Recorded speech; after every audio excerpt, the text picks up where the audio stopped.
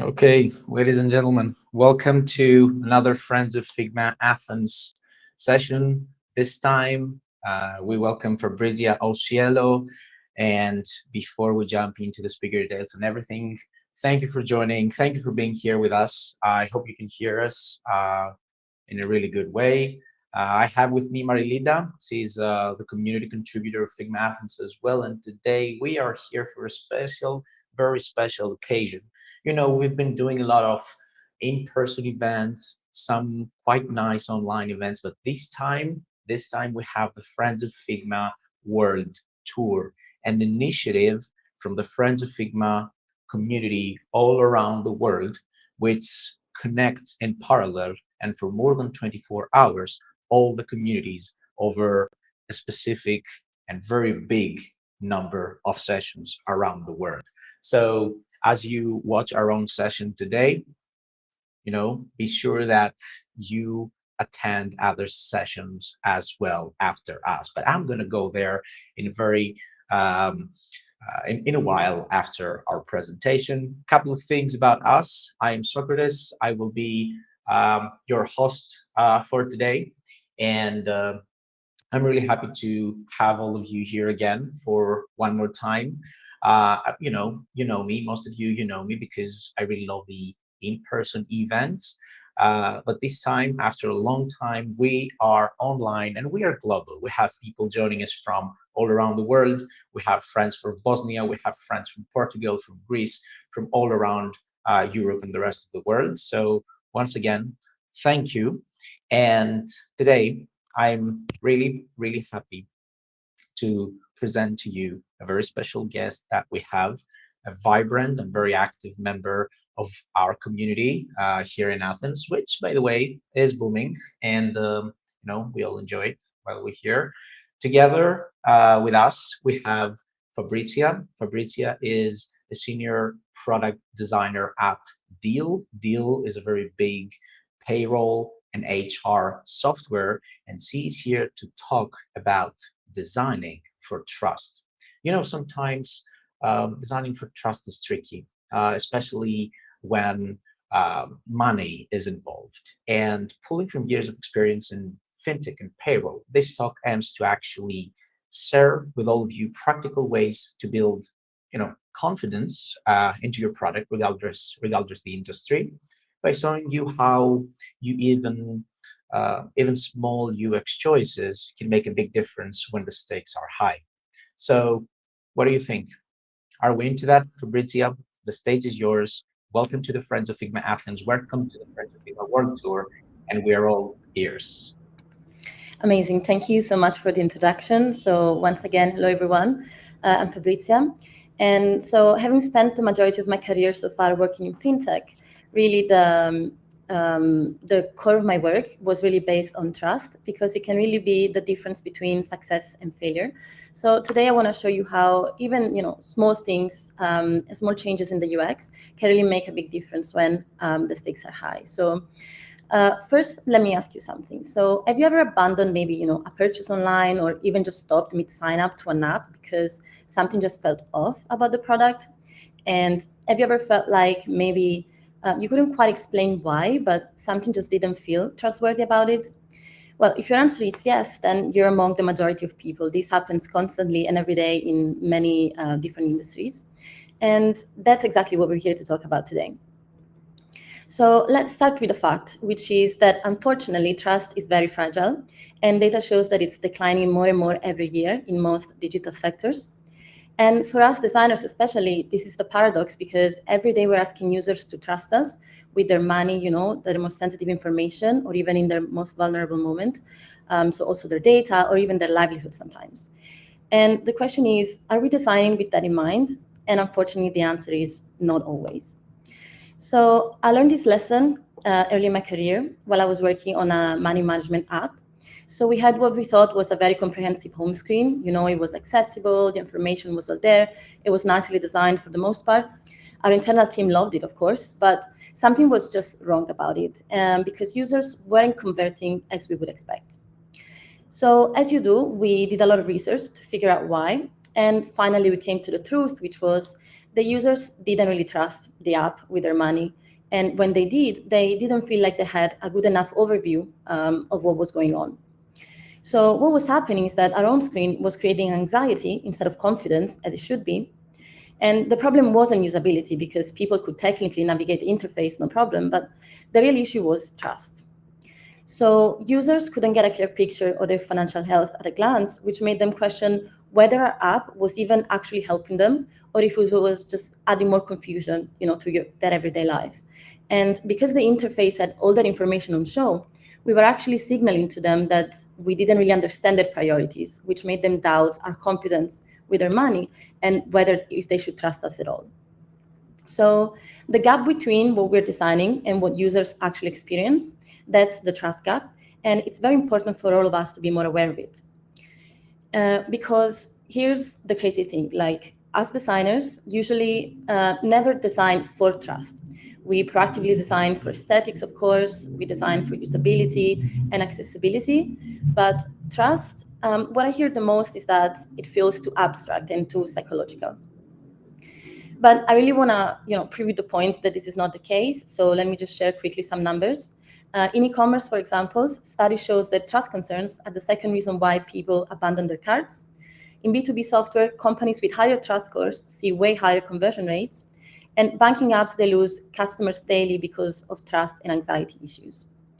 So this leads me to today's topic, which is I want to show you how trust isn't abstract at all, but it's in fact measurable, designable, and it follows predictable psychological patterns that whether you're designing for banking software, e-commerce, healthcare, or even just internal tools, the psychology of trust is universal, and we can all leverage it to be better designers. All right, so going back to another example from earlier in my career, here's another thing that used to drive me crazy back then. So we would spend weeks and weeks perfecting a flow, making sure that it was super intuitive, reducing friction, optimizing for conversion, and all that good stuff. The usability testing would be great. People could complete the task, no problem. But then we'd launch, and the real-world metrics would just be kind of disappointing. So that's when I realized that we were designing for the tip of the iceberg, let's say, so the visible, the measurable stuff.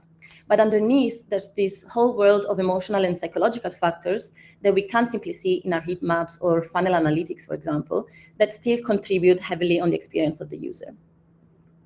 So think about it. Maybe that's the case for you as well. Like we measure task completion, for example, time on task, error rates, things like this. But we don't often measure trust formed or anxiety reduced or confidence built. Even though this invisible factor, they often determine whether our interfaces, like no matter how beautiful or usable they actually are, actually get used. So to prove this point to myself and to the company I was working at the moment, I started tracking some of these metrics in my own project. So things like, time spent hesitating before key action, or even post-task confidence ratings. And in most cases, these don't require budget approval or too much engineering resources, if at all, but they can still have a huge impact on how trustworthy your product feels. And what I observed is that the correlation between the soft metrics and our hard conversion metrics were just incredible. And I just wish I'd known that sooner, because we were really flying blind on some of the metrics that matters the most. But to understand why these metrics are so important, let's just quickly see what happens in the user's brain when they encounter an interface. So trust is formed in 3 waves. First, we have the instant gut reaction that happens in about 3 seconds. So that's basically your brain going friend or foe based on pattern recognition. So this is evolutionary, actually, from when we needed to assess quickly for threats, for survival, but it still happens to this day and in any context. And in digital terms, this is where visual design and information hierarchy matters the most. Then around 30 seconds in, if you pass the gut check, there's the analytical part. So people start actively looking for proof points. So they're trying to build a rational case for why they should trust your product. And this is what traditionally takes the form of showing security badges, testimonials, and customer reviews. And finally, if they stick around for a few minutes and actually interact with your product, they can start forming emotional associations. So this is where long-term trust is built. And this phase is triggered by whether a product feels intelligent, helpful, if the error messages make them feel stupid versus supported, and if the product seems to understand their needs. But here's the kicker though, like most of us designers only focus or mostly focus on that middle layer, so the analytical part, the rational proof points. So we might load up on security badges, making sure that the feature list is very comprehensive and highlights all the perks that we offer. But if someone's gut reaction is negative, then they never even get to look at all of these. And if that's your case as well, I mean, that's okay, because we're all guilty of this at some point. It's just that it's the easiest layer to design for because it's so concrete and measurable. That was definitely the case for me too, until I started wanting to understand more about why our expectations didn't really match the real world cases. So over the years, I started collecting examples of interfaces that just felt trustworthy, and I started noticing some patterns. Eventually, I organized them into what we can call the same SAFE framework, which is, yes, a very nerdy and corny acronym, but it helps me remember what to design for, so I'll take it. And this is what I think are the foundations that we really need to nail in order to inject more trust into our product. So let's take a look at what it all means. So S is for security signals, so making safety visible instead of just claiming that it exists. A is for authority cues, or demonstrating credibility and expertise when it matters. F is for familiarity patterns, so using conventions that feel comfortable and expected for the user. And finally, E is for empathy moments, so meeting the users where they are emotionally. And the cool thing is, when you nail all four of these, you're actually designing for all three of those brain systems that we just talked about.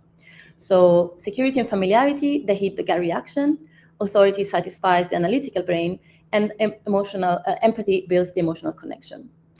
But let's get into a bit more details about each of these with some examples. Okay, so security signals.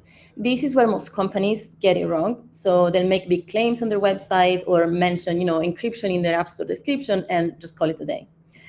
That's all great, of course, and technically true, but the fundamental problem is that they're telling, not showing. And as we said, your user brains are looking for visual proof of security, especially in the first 3 seconds of completing a task or seeing a screen for the first time. So when I was working in fintech, I learned this the hard way, right? So we had security built into every transaction. We had all the necessary licenses, all the infrastructure in place, of course. But for some reason, users kept hesitating before completing transfers in our app. Why was that? Well, it turns out that we weren't making the security feel present or active enough. So let's look at an example from Revolut, where on their website, they make big claims around security on using their banking services. So this is there asking users to trust them. So let's say a user goes and decides to try and make a small transfer to see how the experience goes. So what Revolut does to back up their claims is that they show each step in the money transfer process, highlighting it on the transaction itself. So user can be sure that the money is moving safely, and they can check it anytime for peace of mind. So they aren't just told to feel safe, but they can actually feel safe by being informed. Now for authority cues, this is about demonstrating expertise through the product experience itself. So not just through badges or claiming yourself you're the best in your industry and things like that, but really through how competently your app or service can handle complex tasks and edge cases. One of my favorite recent example of this feature, of this principle, is this feature from Monzo, which is a UK banking app. So imagine you're getting a call from someone that's claiming to be from the bank, and they're getting in touch because they saw suspicious activity in your account. Next thing they do, they ask you to log into your banking app, and they try to get you to share sensitive information. This is clearly a scam for some of us, but for some other, it may not be so clear. So they log into the app to follow the instruction. At this point, what this feature does is that it provides real-time verification within the app itself that confirms whether a call is genuinely from Monzo or not. So this direct signal can really reassure the users that the information is coming from the official trusted source, which is the app itself. So Monzo is leveraging their own authority to help users distinguish between legitimate and scam calls. And this is essentially what we mean by authority. So not telling users that you're trustworthy for whatever reason, but proving through your product behavior that you really understand and can handle even the most complex cases in the real world. All right, then we have familiarity patterns. So this one is interesting because it goes against every designer instinct to innovate and standing out. But here's the thing, right? When people are feeling vulnerable or uncertain, they want familiar patterns, not creative ones. Credit card input fields are a perfect example of this. So you can look at any checkout form and they all follow the same pattern, right? So you have card number, expiration date, CVV code in this exact order. And most often they also, the fields are also sized predictably, with familiar spacing and groupings.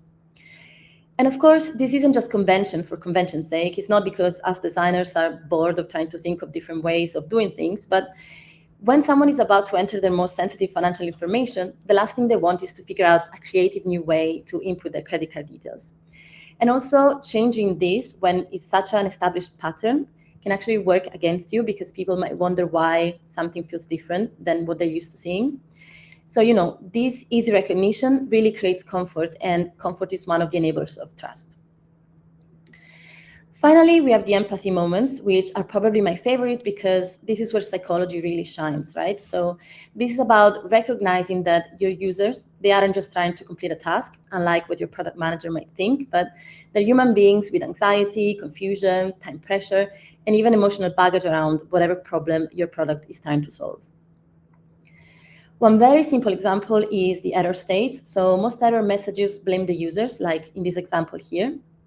But empathetic error messages can really help. So shifting the blame from the user to the actual problem, like in this example, so telling them how to recover from these things can really help them feel, like they can do something about what just happened and not panic. But to give you a more complex example, let me show you something actually from our work at Deel. So if you're not familiar with the product, again, amongst many other things, we provide our users with their payslips every month.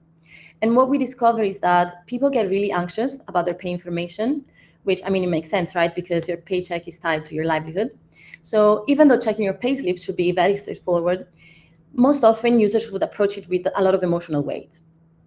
So my brilliant colleague Mario actually created this simple but effective visualization to break down changes in payslips. So now users don't have to wonder why, for example, this month's pay might be slightly different than expected, or even why their gross might be so different than their net, because now all the deductions are accounted for. Everything is clear, detailed and laid out in simple terms, so way easier to understand. And by laying it all out so clearly, what we're doing is that we're removing all the unnecessary emotional weight and uncertainty from this task. So now that we saw all of this in isolation, let me show you one product specifically that I think really demonstrates this framework brilliantly, and that I think most of you might be somewhat familiar with. So let's take a look at Wise, or formerly known as TransferWise. So they've built one of the most trusted fintech products out there. And when you analyze their approach, you can really see the safe principles everywhere. So now we're just going to highlight some for the sake of time. So for security signals, for example, similarly to the previous example, they show exactly where your money is at every step of the transfer process.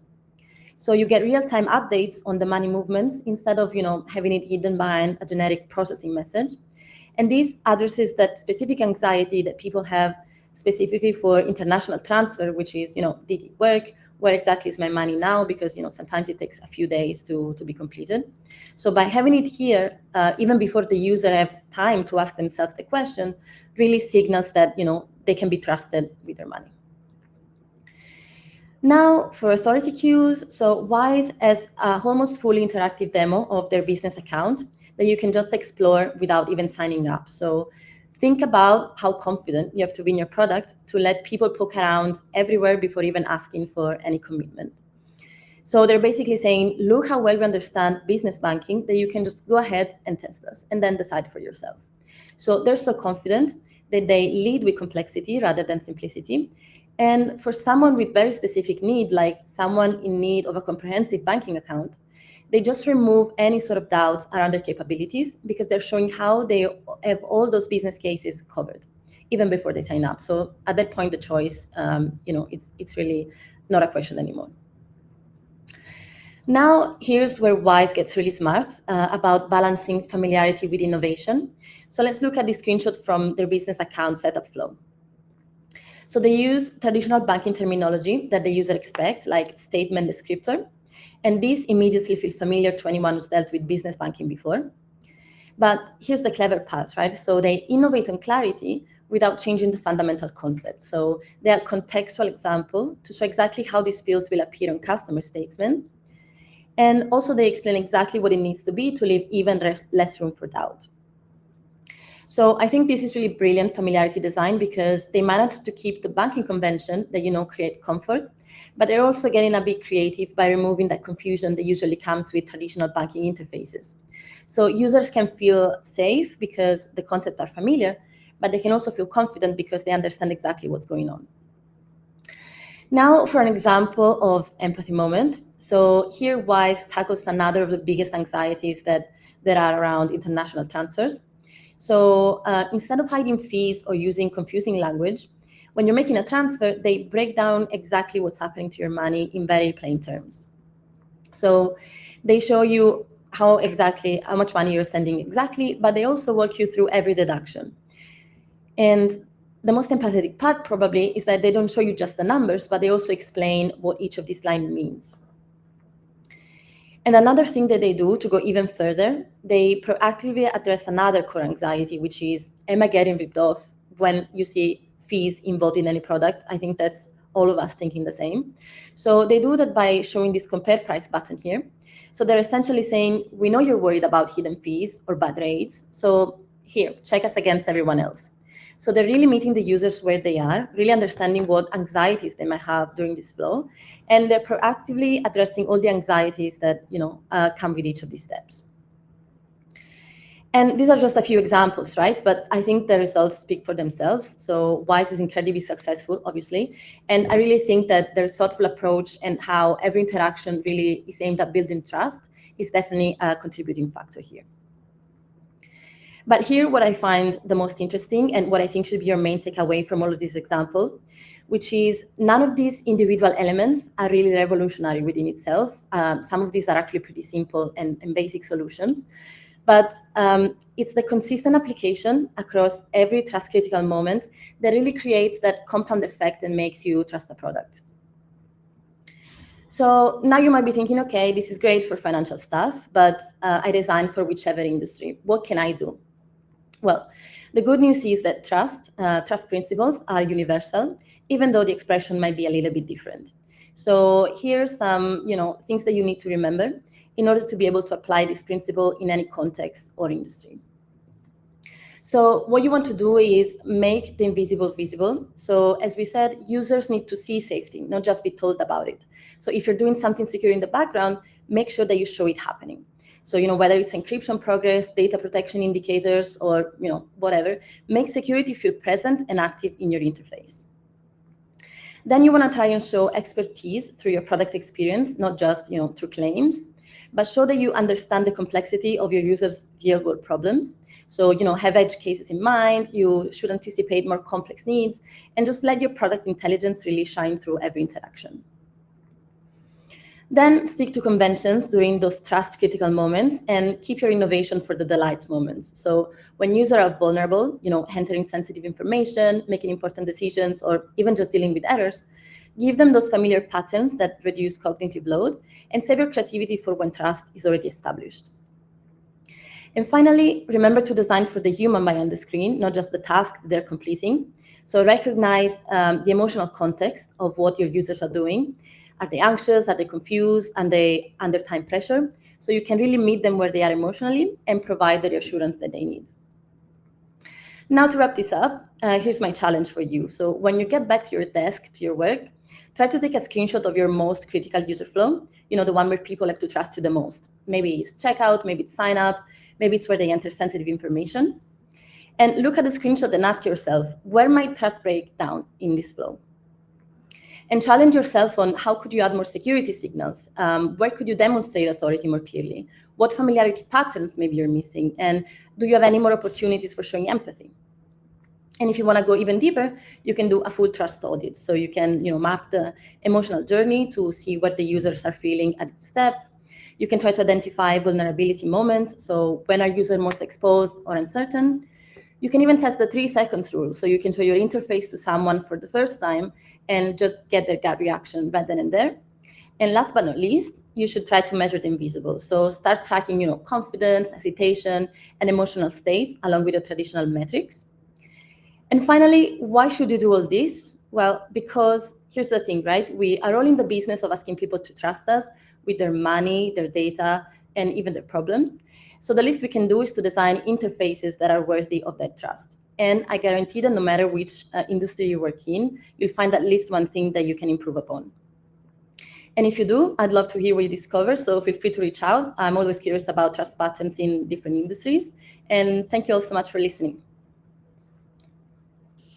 Wow, that was a lot to process. First of all, may I say this? And people in the chat, please agree with me. Isn't that the most visually appealing presentation besides anything else that you've seen lately? I mean, we had a branding for the Friends of Figma World Tour, but you just nailed it, Fabrizia. Thank you very much. Maybe people just thought it was all a template, but no, the slides that Fabrizia was showing actually, it was yours, right? Thank you. Yes, I can claim that I made the illustrations myself, but I went into a lot of effort to find the right ones for each slide. So thank you for noticing that. Congratulations. Congratulations on a very great and precise and straight to the point talk. Well, there are a lot of questions out there. So where do I get started? I'm going to hit the Q&A and I will start with a couple of questions there. We have a lot of time to discuss a little bit and get more insights from you and pick your brain. So there's a question from, I hope I pronounced that correctly, Sehriar. How do you adapt trust building strategies for users from different cultural backgrounds? Mhm. So that's a pretty good one, and I think a tough one. What's your point there? Yeah, no, it's definitely a very good question. And I think a lot of that goes into how you approach your research as a designer. So, of course, we have all these principles that you can leverage in our everyday work. But if you really want to make sure that you're also inclusive, and you know that your product is not specific to any region or necessarily a country, I think that what you need to do is really deep dive into, if there's specific conventions, that they're using Yeah. these countries, any specific also language barriers.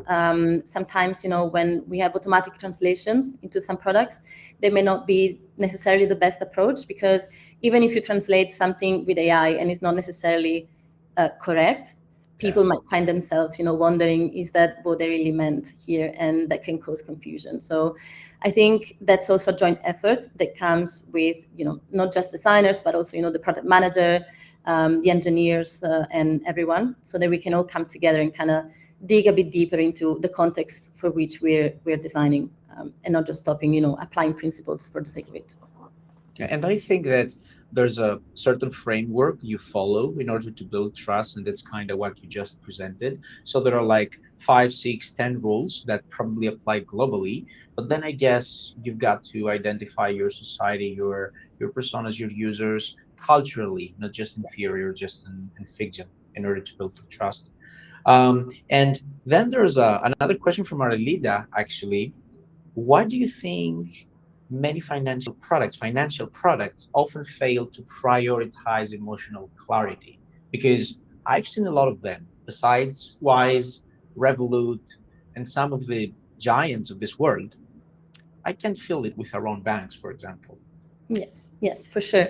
Very good question again. Thank you. I think, yeah, the biggest problem is that in those cases, like even for example, if I take the bank that I use every day here in Greece, I don't really get much trust vibes from them, just because the information is not very surfaced correctly.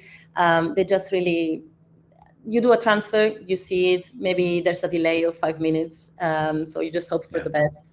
And I think really the main issue here is that maybe it's because it's like, I don't want to say an old school industry, but definitely there's a lot of innovation that hasn't happened yet at scale. So for startup, it's a little bit easier because we have at our disposal newer technologies. We have different kinds of talents. But for those more traditional banking services, they have so many infrastructures that are still very ancient at this point, that it might be difficult to kind of scale them in order to also take into consideration these kind of things. And ultimately, I think their main goal is to make sure that, user can go from A to B, whether it's a transfer or, checking their money. So they're prioritizing function over anything else, unfortunately. But we can hope that, the revolution is going to come to the more traditional banking or financial products as well, eventually. Eventually, and hopefully, actually. And how applicable is this safe network that you just presented in other industries apart from fintech? Any ideas there? That's a question from Essam Malafi, if I'm not mistaken. So Yes. So as I said, these principles are universal, but the way you apply them and the way they might show in your product really differ depending on what industry you're in. So these don't also necessarily apply just to products like applications or services, but you can also apply them in web design, for example, right? So it really covers the basis for any kind of digital product. I don't have specific examples on the top of my head, but if you go back to the slides and you look at those principles, I'm sure that one of these things is going to spark something in you that you're like, oh, yeah, I have this flow here or this thing here that I could just, even just add a badge. And that makes a difference for some people. So the thing is, I guess, you don't want to feel the pressure to do all of these at the same time or all at once. But even if you can incrementally improve these things one by one or, in different stages, I think that eventually, like I said, with the WISE example, it really is going to build up and make your product feel more trustworthy. great, great. And as a follow-up from that, actually, Konstantinos is asking that you mentioned the importance of empathy moments, but there are some times that the interface pretends to be human, like a chatbot. Then how do you ensure empathy feels authentic and not manipulative? Is there any ways we can solve that? Well, That's a that's good a one. very good question. And I don't know about you guys, but personally, when ChatGPT changed and they started being a bit more relatable with their answers and their speech, like kind of patting us on the back for just asking the most basic questions, I find it a little bit cringe and not necessarily, it didn't make me trust it more, for Yeah. sure. So I think in these specific cases, it's very tricky, right? Because this industry is booming now, so we don't necessarily have, a lot of data to compare it with anything else. But one thing that just comes to mind is we could even offer the users maybe, a toggle to change how you want the experience to be. Like, do you want it to be more factual? Do you want it to be more relatable? Do you want it to follow your speech patterns, so be speaking like you, essentially? And that way, we have a little bit of control over these things, and we might feel a bit more safe in those discussions that we have without feeling, like it's manipulative because we kind of chose how we want to be talked to, essentially. And also, I think, a robot, a machine, will never be empathetic, even if we consider that it's starting to get some consciousness and can chat to you in ways that couldn't in the past. I believe that making these machines moving forward feel more empathetic and making all these experiences more authentic is where we're moving towards an era of agentic interfaces and stuff that happen in the background. Probably the most empathetic thing you can do as a designer and engineer is now to start solving problems for the users. So I think the user doesn't care if the chatbot responds in a specific way that much, but they do care if they can have their tasks implemented and completed efficiently. So I believe that's the closest machines can get to empathy, and that's on us Yeah. because you got to design it and you have to develop it as well. Yeah, for sure. Also because, like you said, like you cannot really teach empathy to a machine. Like Yeah, as humans, we'll always be able to see that this is not authentic, that it's coming from, a source yeah, that is not human. So at that point, exactly what you said is probably a better approach.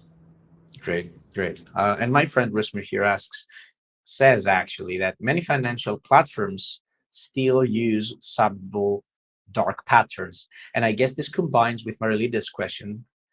Is full transparency always the best when it comes to fintech UX? And Risma keeps going and says a lot of platforms are hiding fees, nudging users towards higher cost options. Where do we draw that ethical line in designing for business success without compromising user trust? And good luck with figuring that out. Indeed, yes. If you find the answer to that question, please let me know. Like, let everyone know, because I think we're all trying to get to that.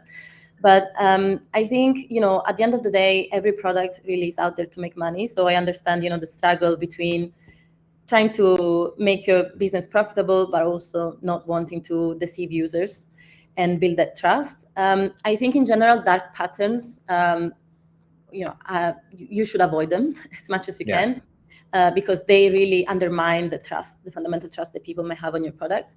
So I would say there's nothing wrong with, trying to upsell a feature, but I would say just maybe be upfront that there are other options that maybe might be less costly, or, make sure that you compare different things. So the users always have an option, even if you lead with maybe the most expensive one, because of course that's the most convenient for you.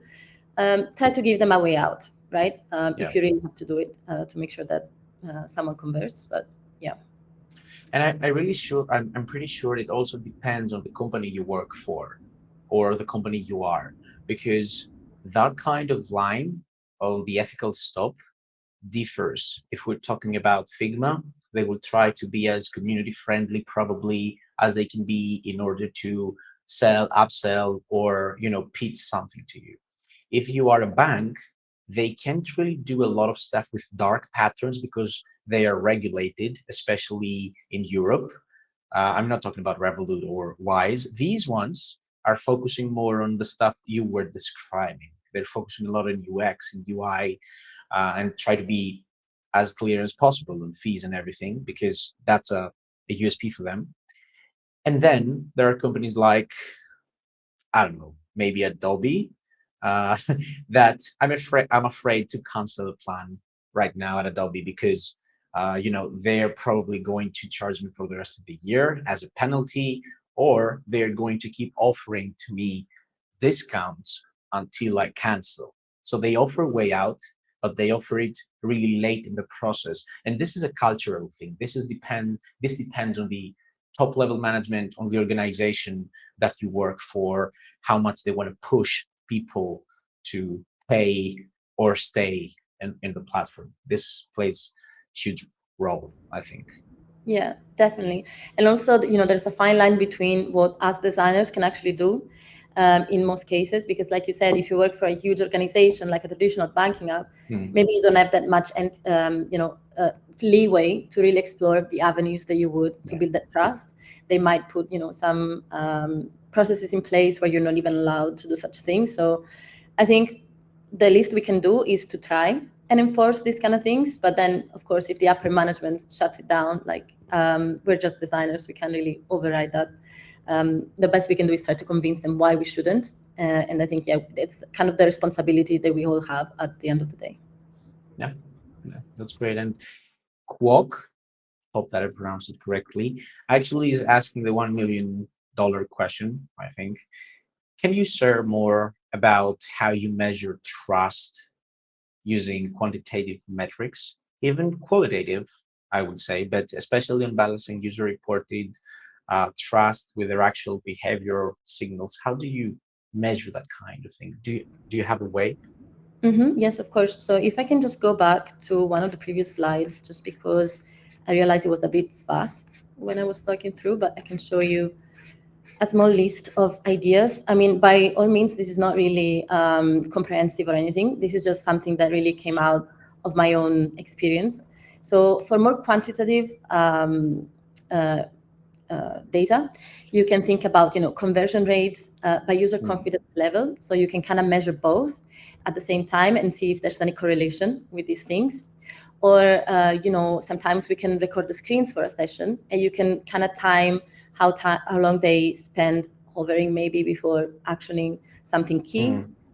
Or also if there's any drop-off points in specific critical flow, which is the more traditional, let's say, funnel analytics that we can do. And also another thing that I thought worked well in my case is the return usage after the initial trust building interactions. Meaning, let's say in the Revolut example, I make a transfer. Do I come back and make another one, or do I just make one and then you never see me again? So these kind of metrics. And for qualitative, that's a little bit more, of a gray area, but you can track confidence rating. So you can send, the small surveys and just say, you just did the transfer. How did you feel? Or you can also track their emotional state during key interactions. This is probably more during the research phase, so when you're validating these designs. And also, that goes with the citations as well. And finally, that's more for yourself to kind of like look into those trust building and trust breaking moments and try to analyze it as much as you can. Yeah, that's great actually. And again, it also depends on the organization and the tools you have in your hands. You might want to do everything, but you might not be able to access conversion rates or to access return, churn or whatever. But yeah, depends on the organization. Something else that depends on organizations as well is gamification. And Johannes here is mentioning something really nice. How about when adding gamification to the user's experience? Do you see any chance hurting the trust based on safe principles?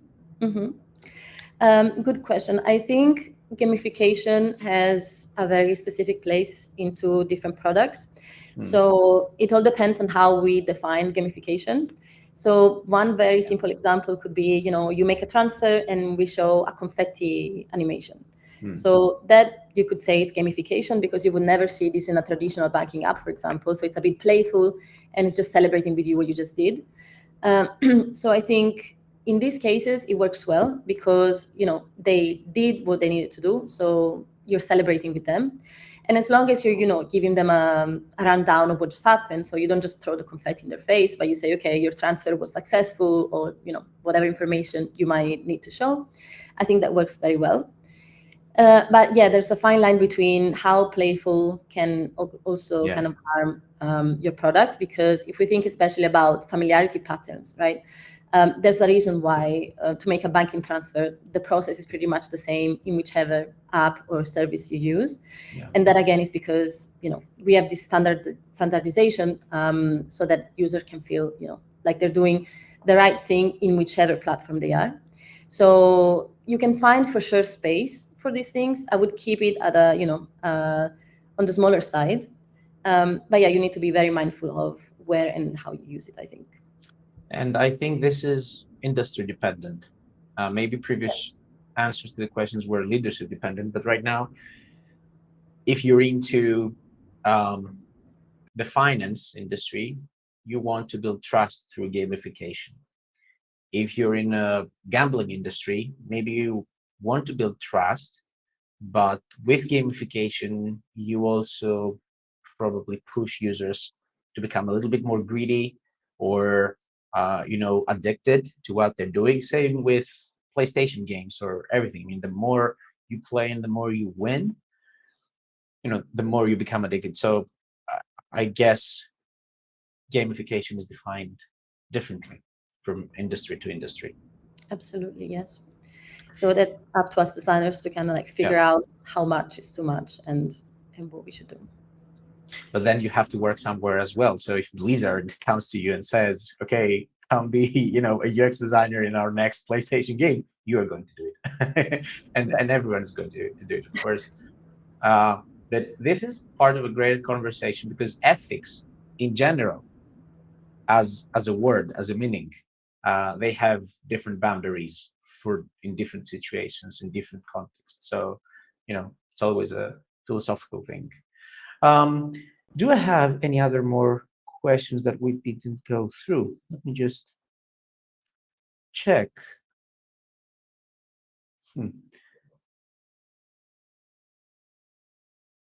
I see here something from Amal. Let me see. How do you validate whether your design decisions are building trust or are intentionally doing the opposite, like down in the practice? Sorry, I was muted. I said, could you repeat that? Yeah. How do you validate whether your design decisions are building trust or unintentionally doing the opposite? This is a question from Amal Thomas.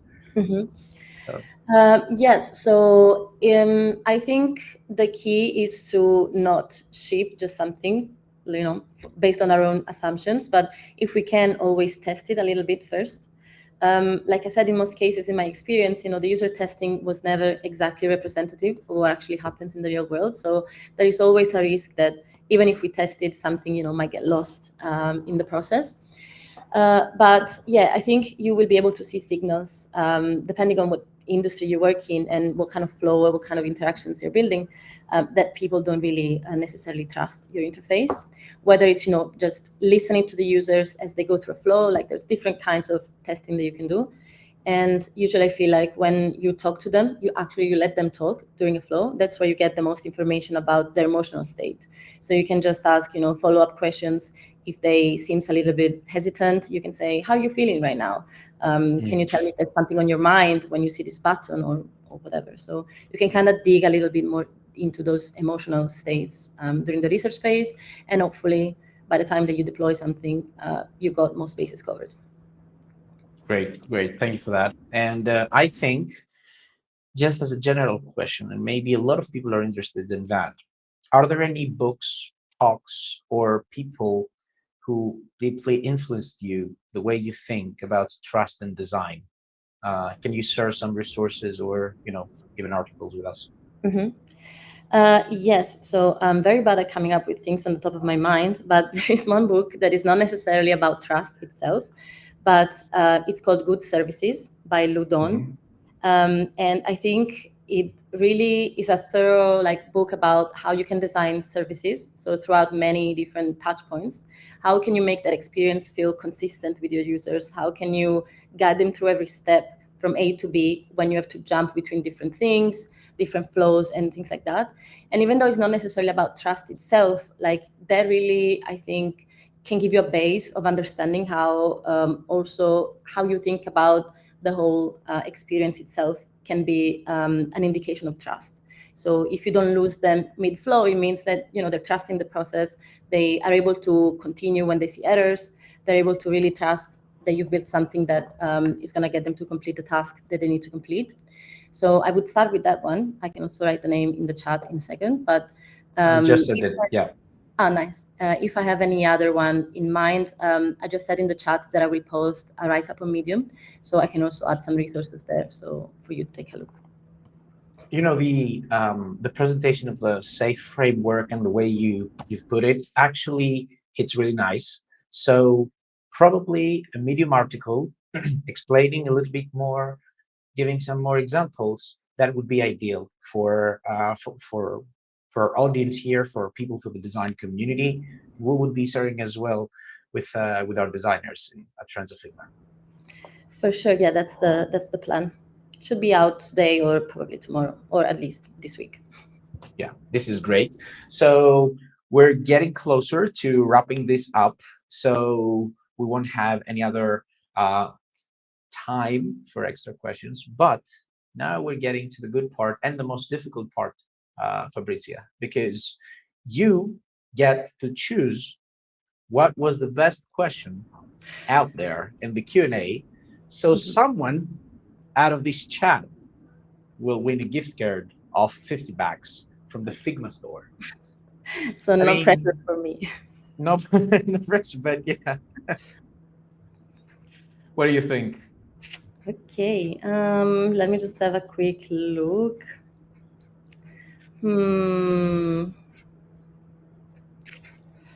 I would say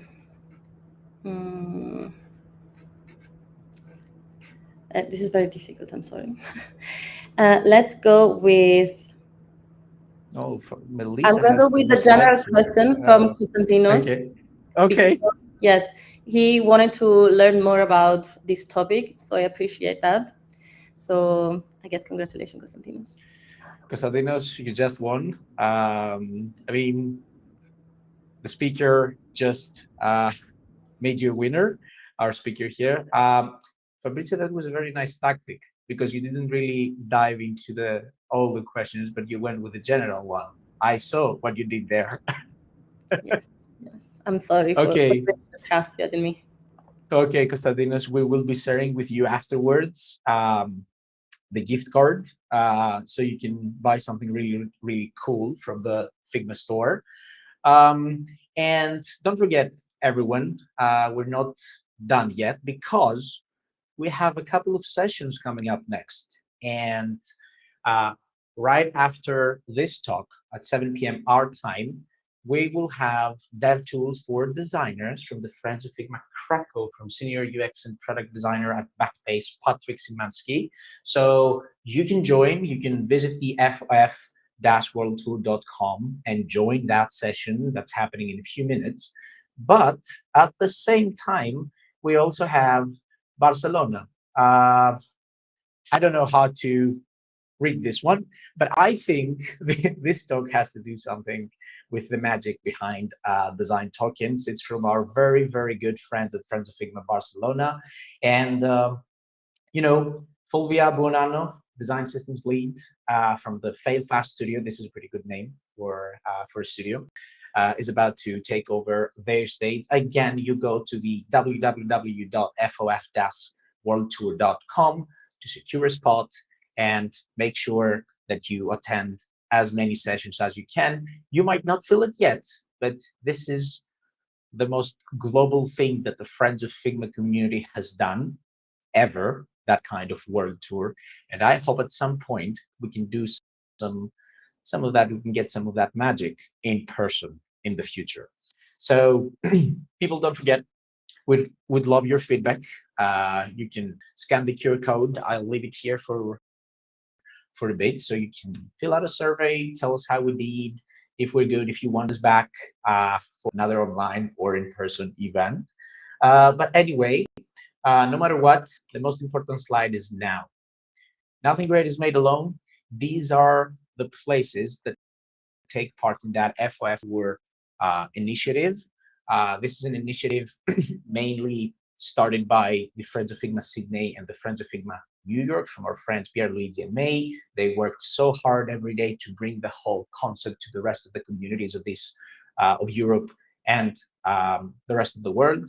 Thank you again. Make sure you stay in touch with all the Friends of Figma communities out there from the official friendsoffigma.com website. Of course, there are a lot of online events happening. And for my friends in Greece, stay tuned, because we might take a break for summer, but we will be back for September. That was it, ladies and gentlemen. Thank you so much for being part of this thing. And see you again. See you really, really soon. And take care. Enjoy the rest of the sessions. Bye, everyone. Goodbye, guys.